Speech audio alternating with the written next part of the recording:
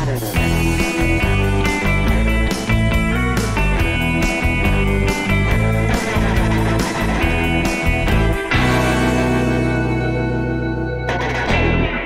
ketemu lagi di 4 babak, di mana kita akan membicarakan satu tema yang akan saya bagi dalam 4 subtema yang masing-masing akan kita bahas dalam waktu 4 menit. Kenapa 4? Karena dibagi 4 babak. Oh salah ya kami? 4 orang. 4 orang. Segmen. 4 segmen, bener. Udah gue gantiin Golkar nomor 4. Nah, sudah. Dulu host ya Bu ya? Iya. Kan? Nah, tema-temanya kita akan membicarakan yang paling banyak diomongin sama netizen lah, supaya ini bukan soal debat pintar-pintaran atau apapun, ini masalah bahwa kalaupun kita duduk bareng, kita juga bisa punya dua pendapat yang berbeda kok. Betul. Gitu. And it's okay. Jadi serap aja, terserah. Di sebelah kiri saya sudah ada Wanda dan ada Mas Heru, dan kamu siapa? Saya Gian, warga Jatiwaringin. Asik, bangga banget Pak Jatiwaringin, sedap. Oke, boleh lah. Oke, pokoknya setiap kali saya mengajukan pertanyaan, itu di situ akan ada jam mulai 4 gitu. Nanti kalau udah nyampe 10 detik dia akan bunyi tet tet tet tet. Nah, kelar nggak kelar? Bungkus. Bungkus. Pokoknya kalau ada Gian tangannya begini, Habis. artinya bungkus, ya kan? Oke, hari ini kita karena manusianya ini masih berada di ranah hukum, walaupun dalam kayaknya agak berbeda dari pengalaman saya bisa sebelumnya, agak gitu kayaknya ya. Tapi saya akan menanyakan beberapa pertanyaan yang paling sering ditanyakan umum di netizen. Jadi mungkin nyebutnya gini ya, hukum for dummies gitu. Gitu ya. Nggak harus setuju, nggak harus bergontok-gontokan. Pokoknya kalian punya 4 menit buat ngobrol bareng. Oke, Bos? Mana 4-nya? Babak ke-1. Oke. Hukum for dummies pertama nih ya, hukum dan netizen.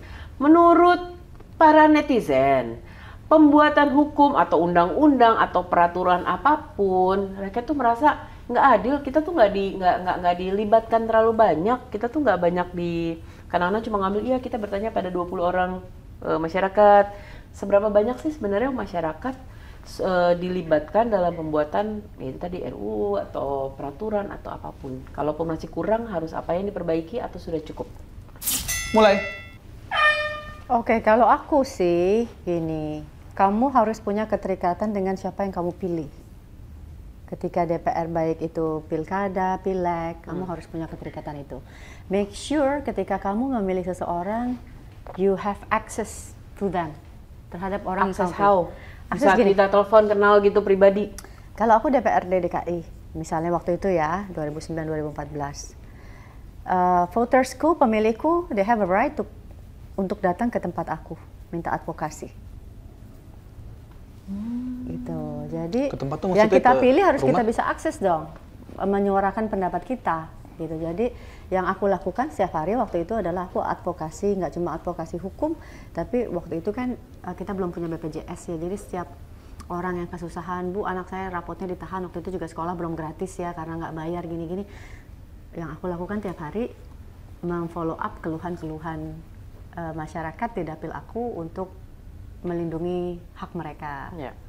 Itu sih. Tapi dengan undang-undang yang ada sekarang, setiap kali ada pembuatan undang-undang, apakah cukup fairkah memang pendapat masyarakat difasilitasikah di situ, atau memang cuman kalian orang-orang wakil rakyat aja? Ya makanya kita harus menuntut itu. Nggak boleh we have to be active. Kalau kita pasif, kita nggak semua punya akses loh nggak semua terbuka dirimu, dan nggak semua juga punya akses ya nggak sih?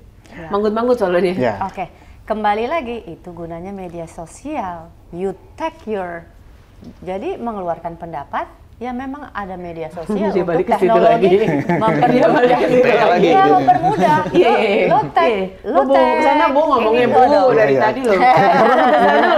Kita kan ada tag anggota dewannya dong. Dulu perwakilan ya. Saya dulu pilih kamu loh. Atau tag presidennya dong, tag gubernurnya. Pak, Bapak, saya dulu pilih Bapak loh. Bapak berjanji akan memperjuangkan demokrasi dan kebebasan berpendapat loh. Kok sekarang yang terjadi sebaliknya? Misalnya, maksudnya kita ngomongin ini ya, nggak boleh terputus. Yang terputus makanya tadi jadi ngomong money politik deh. Kalau money politik kan sepertinya, lo udah gue bayar kemarin, you don't have a right to kritik gue lagi, gitu. Karena kan lo udah gue bayar. Kalau masyarakat nggak minta dibayar ya, lo kemarin gue pilih, lo duduk situ karena gue, gitu kan ya. Gimana Pak? Tapi kan kalau kita bicara aturan pembentukan sudah jelas nih, aturan kita dibentuk oleh Dewan Perwakilan Rakyat ataupun DPR. DPR ini kan memiliki tanggung jawab kepada memperjuangkan aspirasi daripada masyarakat yang memilih mereka melalui dapil-dapil masing-masing, ya kan. Makanya itu komunikasinya memang terhadap masyarakat, ya harus yang diperjuangkan adalah kepentingan masyarakat. Sehingga memang beberapa aturan itu yang dibentuk memang itulah cerminan daripada kebutuhan bagi sebanyak-banyaknya orang. Memang tidak mencerminkan bahwa ini kebutuhan seluruh rakyat Indonesia, tapi mencerminkan kebutuhan sebanyak-banyaknya orang. Enggak sebaliknya ya? Enggak, bahwa memang Sebaliknya dalam arti? Apa? Sebaliknya dalam arti? Iya, nggak sebaliknya. Justru misalnya ya kita ngomong buruh lah ya. Justru lah kok jadi tapi kan ada keterwakilan buruh di sana. Keterwakilan buruh di sana kan keterwakilan buruh juga dimintakan pendapat dalam membentuk aturan-aturan terkait dengan perburuan. Aspirasi dari buruh dipertanyakan dan disampaikan pada saat membentuk undang-undang. Ditampung aspirasi mereka dan didengarkan. Dan nanti apapun diperjuangkan di DPR itulah begitu undang-undang itu sudah dibuat, ya masyarakat harus mematuhi hukum. Setuju, Bu? ya ini apakah benar Habis aspiratif? Habis tapi waktunya. Aku nggak mau ngomong banyak. Aku balikin lagi, apakah benar undang-undang itu aspiratif atau sebaliknya? Ya, betul. Aku kembalikan lagi pertanyaan kepada Baik. para penonton semuanya. Baik. Oke, kedua. Babak kedua, Kamel. Babak kedua, seringkali orang masyarakat ya, kadang-kadang kita ngeliat ada beberapa level dari bentuk protes. Ada mungkin dengan cara tadi nge-tag ke medsos, kita nge-tag wakil mereka. Ada juga dengan menyurati, ada yang bikin petisi, ada juga yang demo. Ya. Kayak dulu kita suka demo kan. Yes. Banyak orang menuduh demo itu adalah cuman bikin kerusuhan dan segala macam. Sementara bagi pelaku demo itu sudah bilang bahwa lah ini jalan mentok, mau kemana lagi. Dan True. faktanya banyak hal berubah memang setelah akhirnya dijadikan demo besar-besaran gitu. Demo, apakah itu bagian dari aspirasi, apakah itu hal baik atau tidak, perlukah atau tidak? Silakan Bapak. Mulai. Jame dulu, silakan Bapak. Kalau itu kan bagian daripada masyarakat diberi kesempatan untuk menyampaikan aspirasi daripada mereka. Kalau memang menyampaikan lewat demo, silakan aja, tapi sampaikan demo yang tertib gitu kan. Melalui tadi ada yang menyampaikan menyurat langsung, melalui surat terbuka juga ada beberapa juga yang menyampaikan bahwa ketidaksetujuan terhadap kebijakan ini atau peristiwa ini mereka sampaikan melalui surat terbuka. Ini kan silakan aja kalau masyarakat memang menyampaikan aspirasi mereka, silakan sampaikan. Tapi ya itu tadi kita bicara bahwa aspirasi itu jangan sampai kayak tadi kita kebablasan dengan undang-undang ITE bahwa disampaikan tidak pada sarana yang tepat sehingga menimbulkan dampak. Demo itu sering dibilang sarana tidak tepat soalnya habis Jadi itu tergantung dulu dari pihak mana yang menyampaikan ini tidak tepat. Bagi kaum buruh bahwa memperjuangkan hak buruh, kalau dengan tidak demo mereka tidak akan ditangkap aspirasinya. Bahkan mereka sudah demo pun masih ada beberapa aspirasi yang tidak ditangkap seluruhnya. Jadi silakan aja kalau memang ada hal yang disampaikan aspirasi, silakan aja sampaikan melalui demo melalui sarana apa, tidak menutup kemungkinan itu untuk didengar oleh pemerintah ataupun pelaksana daripada perundang-undangan. Kali ini gue sepakat. sebenarnya oke, berarti secara Ya, maksudnya demo ya direkam instrumen. dari- Demo instrumen demokrasi, pakai aja. Tapi apakah harus sampai udah ke titik demo? Itu kan kalau poin gue tadi adalah pada saat orang udah ngomong udah nggak didengerin nih sampai mesti demo, berarti kan ada yang salah di proses didengerin tadi itu. Sampai harus ke titik Iya. demo. Ya, pastinya ada kemandekan ya. Kayak misalnya nih, let's say balik lagi ke, karena gue ada di situ sih ya, korban ITE gitu. Jadi mandek kan, kita kemarin demo ya baik ya, tertib di Car Free Day. Tapi juga kita kemudian tetap melakukan langkah-langkah didengar aspirasi di beberapa fraksi di DPR RI. Tetap kita suarakan. Demo pun menjadi bagian dari instrumen. Jadi menurut aku demonstrasi sah-sah aja. Malah ya mestinya instrumen yang harus ada ya, apalagi untuk mahasiswa. Masihkah mahasiswa sekarang seaktif itu untuk demo? Enggak. Tahu nih jawabannya. Karena udah ya mungkin. Karena balik Balik banyak yang lagi. menganggap itu sekarang kita udah dibungkam. Itu menjadi menakutkan, bukan lagi menjadi aset bagian dari demokrasi tadi itu. Iya, tapi kalau buat aku sih tetap ya mahasiswa harus kritis gitu, karena kita masyarakat ini we believe on, kita percaya terhadap suara mahasiswa. Mahasiswa itu kan aktivis, kelas menengah, educated gitu, yang kita percaya mereka masih nggak punya kepentingan apapun gitu. Jadi kalau mereka, we believe in them gitu. Jadi mereka harus menyuarakan aspirasi yang mungkin tidak didengarkan oleh DPR RI gitu. Kita masih berharap banyak kepada mahasiswa untuk mendobrak lah. ya untuk kritis lah, untuk kritis terhadap pemerintahan. Gitu. Karena mahasiswa itu kan ya, mahasiswa itu kan pemuda yang mempunyai akselerasi, kecepatan, masih punya tenaga, ya kan, masih punya semangat, masih punya idealisme. Ya kan? Pegel ya? Ya, apapun yang terjadi ya mereka kalau mereka meyakini ada kebenaran yang harus disuarakan, ya mereka dobrak aja, perjuangan aja. Bahkan memang kenapa? Yang sekarang kalau demo yang santai tanpa anarkis juga tidak bakal diliput media dan tidak akan viral. Dengan tidak viral juga tidak akan ditanggapi aspirasinya. Ya dia mengakui viral itu penting. Iya. Ya penting, tapi dalam berbagai dalam aspek-aspek tertentu ya viral memang diperlukan. Saya kesankan viral boleh, tapi jangan melanggar aturan. Tetap ada rules. Tetap ada rules. Viral boleh, jangan melanggar aturan. Oke, artinya dilakukan dengan damai ya. Dengan Walaupun damai. kita yakin itu pasti damai kalau nggak ada yang ngegontok duluan, betul Bu? Waktunya habis. Pas. Sengaja gue tuh doyan mancing Wanda di momen-momen terakhir gitu. Sebelum mulutnya pengen Habis gitu. langsung. Nah, terus habis kita habisin. Oke, pertanyaan ketiga. Ini masih pertanyaan, oh ya, jamnya dulu. Hut. Nah, babak ketiga, Wah, Kak. canggih, tangan lo tuh nggak tek terus jadi gitu. Iya, gimana sih ini Oke. switchernya? Ini balik lagi dari netizen. Seberapa jujur ya? Secara jujur nih ya, jangan jawab teoritis ya Bapak. Ya kita dari netizen ya. Jujur. Iya, bayangin ini netizen. Gitu. Netizen.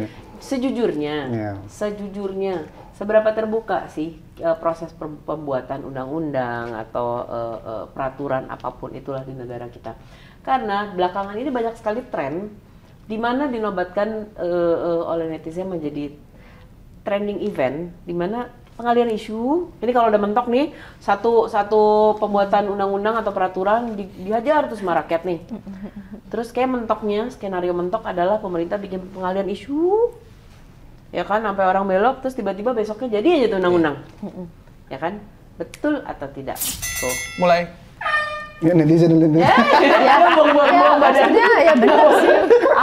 I agree with netizen gitu. Bahkan ada undang-undang misalnya gini ya, ada let's say Perpu itu kan untuk keadaan mendesak misalnya gitu. Nah ini kan kita nggak dalam keadaan mendesak. Ya, kita nggak ngomong yang mendesak nih ya, misalnya mendesak beda gitu ya, mendesak beda. Let's say gitu, berarti kan itu kan memotong akses masyarakat untuk berpartisipasi dan mendengarkan aspirasi mereka dong. Baik. Ngerti nggak?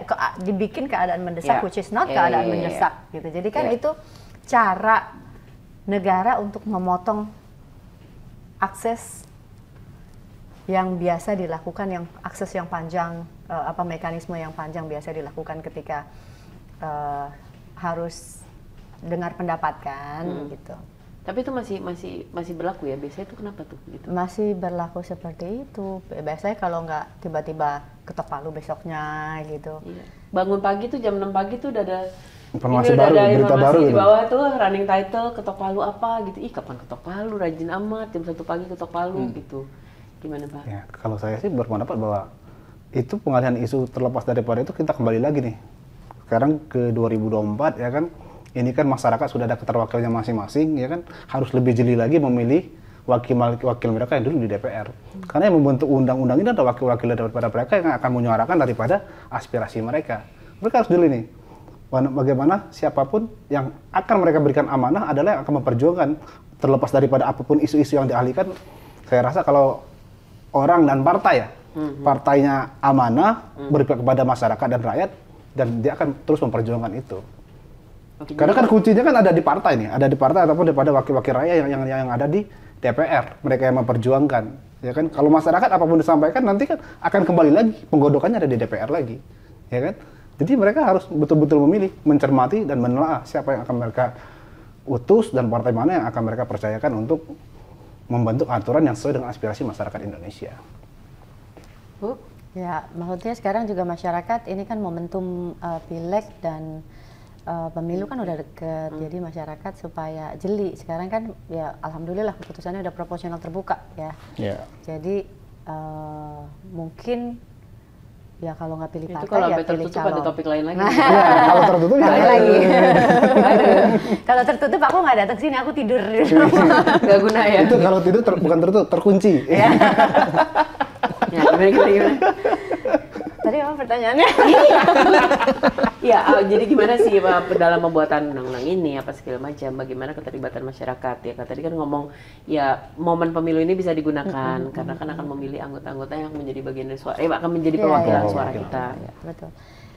Sekarang ini sih masyarakat maksudnya mudah-mudahan tetap kritis ya, tetap kritis memantau ketika sesudah memilih tuh nggak sekedar ketika udah memilih ninggalin gitu aja, tetap dikawal prosesnya, keterpilihannya baik itu presiden, gubernur, bupati harus dikawal karena itu part of demokrasi, harus mengawal apa pilihan kita.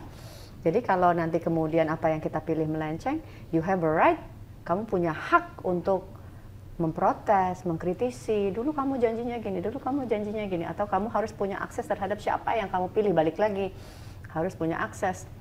Makanya di situ dibuka misalnya hotline, nggak tahu ya walaupun dicuekin Hotline banyak banget di Indonesia, hotline tapi- tapi dicuekin semuanya ya, diabaikan gitu. Jadi ya masih lip service sih sekarang gitu, tapi aku akan melakukan itu sebagai calon legislatif. Ya, Lalu sudah melakukan itu ya? Ya.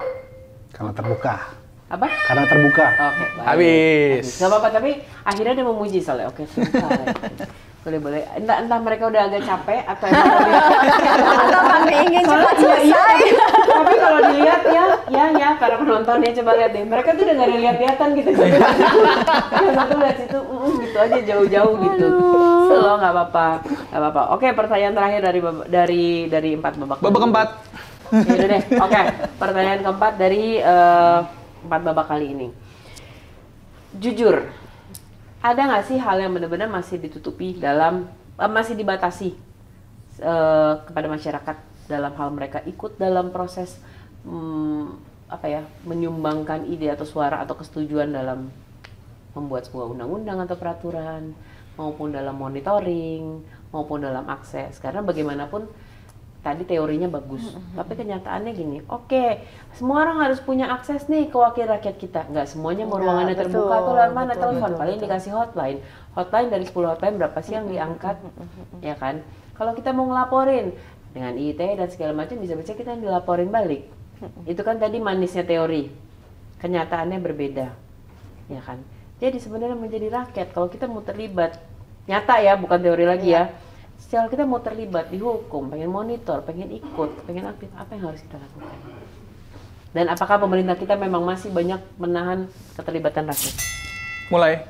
Ya menahan iya, udah jelas-jelas dengan UU ITE lo menahan, ya kan dengan adanya undang-undang Udah balik ke ITE, situ. balik Masih lagi. mukanya langsung gini. Itu Aduh, menahan, balik lagi ke ITE. itu menahan dan membungkam rakyat, udah jelas itu ya, udah itu nggak bisa dikotak-katik lagi. Anyway, nah caranya kalian harus jadi nggak sendiri-sendiri, bentuk komunitas. Kayak kami korban ITE, kami bentuk komunitas supaya lebih kuat lagi. Rakyat bersatu tak bisa dikalahkan. Ya, Ingat betul. kan Mel? Kalau kita demo, ini terakhir bikin patah nih, rakyat bersatu, tak bisa dikalahkan. Iya, jadi harus bentuk komunitas apapun itu. Nah, ketika kalian bentuk komunitas, ya insya Allah, ya datengin DPR-nya.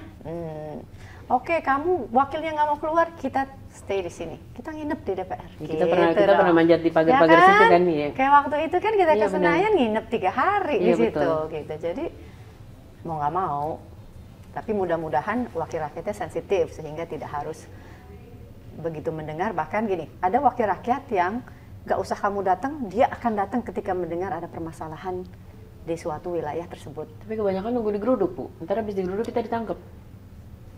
Ya, pandai-pandai memilih wakil rakyat makanya. Karena kan memang ya masyarakat ya kalau terlibat secara langsung sampai bahwa tidak terlibat secara langsung, tapi masyarakat boleh memantau. Gimana tadi terlibat secara Tidak langsung? terlibat secara langsung. Ya. Karena kalau terlibat secara langsung pembentukan sudah di wakil-wakilnya tadi. Ya. Ya kan? Kalau mereka memantau, ya semua masyarakat itu mempunyai hak untuk memantau. Lewat mana? Ya, kan sekarang kan sidang pun kita sudah bisa lihat online, ya kan? Sidang bisa online. Mereka akan melihat tuh siapa yang benar-benar memperjuangkan aspirasi daripada masyarakat, siapa yang tidak akan melihat. Karena sidangnya terbuka dan online, mereka bisa menyaksikan situ. Mereka akan memantau daripada kinerja daripada wakil-wakil yang mereka pilih. Oke. Dan setelah itu untuk monitoring, ya misalnya saya menemukan nih, aduh nih wakil saya nggak bekerja, mau ngelapor kemana? Ya kan kalau tidak bekerja mungkin bisa disampaikan kepada, saya pikir sih partai. Medsos ntar ketangkep? Medsos? Enggak. Ya, enggak. Kalau memang itu disampaikan ada berapa juga yang protes di Ya medsos. makanya mesti dibatalin kan ITE-nya kan? Di tag Biar orangnya. kamu nggak takut lagi kan? Jadi solusinya adalah supaya masyarakat bisa terlibat dengan baik. Biar kamu nggak ITE-nya takut. dibatalkan, Iya, biar setuju kamu nggak? nggak takut. Ya, setuju ITE lah. jangan dibatalkan, silakan aja di tag ada aspirasi ini di tag. Sekarang saya lihat ada Harus kejadian batal. ini di tag Benar, Bu. gubernur Jawa Barat di tag, ada kejadian di daerah sini di tag ya, gubernurnya mention. Jadi kan kembali lagi pada kepekaan Jawa daripada Barat gubernurnya baik. ya pejabat-pejabat daripada masyarakat kan. Ya, sebagai pejabat publik kita harus benar-benar merasakan aspirasi masyarakat. Kalau memang ada itu ya silakan Ya, nggak turun semua dan pejabat pantau. publik punya sensitivitas itu. Rata-rata baper, ya kan? Dikritik dikit, laporin. Laporin. ITE dikritik dikit, laporin. Kalau pejabatnya baper berarti jangan dipilih lagi. Ya kan ini kejadian-kejadian. Ini kan ada baru pemilih pertama besok gitu. Ya kalau Tapi- jangan pertama kan. Jadi kan ada kesempatan kedua. Sekarang kan rata-rata kepala Ya. daerah kan Kan sementara sambil Tapi menunggu. jalan yang sebetulnya itu bentuk punishment. Jadi kalau kamu ngerasa Punishment off. punishment gini, bentuk punishment terhadap wakil rakyat atau pejabat, presiden, gubernur, wali kota yang kamu pilih. Kalau kamu merasa dia nggak aspiratif, ya jangan dipilih lagi the next election gitu. Jangan udah korup, dipilih lagi. Ada loh satu daerah yang, ya kan, lakinya ketangkep korup, istrinya maju. Istrinya maju, dinasti, It's so dinasti. funny.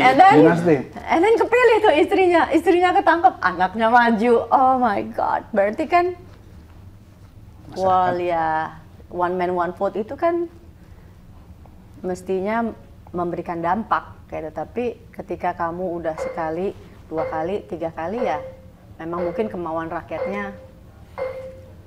Gitu. Rakyat harus jeli intinya.